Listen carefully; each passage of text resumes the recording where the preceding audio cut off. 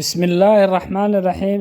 الحمد لله رب العالمين، والصلاة والسلام على أشرف المرسلين سيدنا ومولانا محمد صلى الله عليه وسلم. السلام عليكم ورحمة الله وبركاته. waxaan halkan ka salaamayaa dhammaan Soomaali Maxamed meel walbay joogaan. Waxa inooga sii socon doona insha Allah gabayadii diiniga ah ee taxanaha.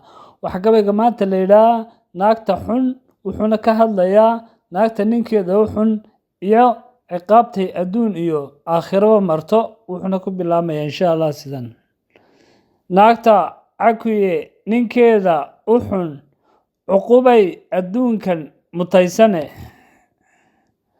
caruurteeda casiiska ilaah ku intixaami cishada koraane, cadaab allay u horseedi canaagnimadeeda iyo coonnimadeedii.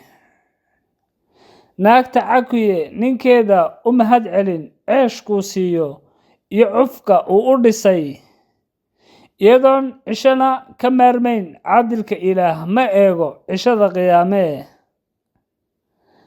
naagta cakuye ninkeeda ku qaylida xural cayntiisa jannada, ku warcelisa inuu waqtiga cayimane kula joogo ifka aanay ciilin iyaduu aakhiro casuum u yahay. naagta cakuye ninkeeda ceebaysa xan iyo wax uuna u cuntamin, magaalada ula cararta sirtiisa nololeed way cidhib tirmiye. adduunyadu waa cajiib, noloshu waa caynbacayne, waa cawil iyo istooris, nin degan iyo naag cabaadaa la isku beegaaye. naagtii aan alle kaaga cabsan ayaa dulmi kugula cawaysee, cadho kugu beerta minidka xigana kuu dhool caddaysa. cuq iyo calool xumo uun aad kala kulanto, caadaysatay inay ku yasto. naagta ninkeeda xun waa cadow kugu rida cimri degdege, walee naag xun way wallan calaysaa, carabkeedana kama adka.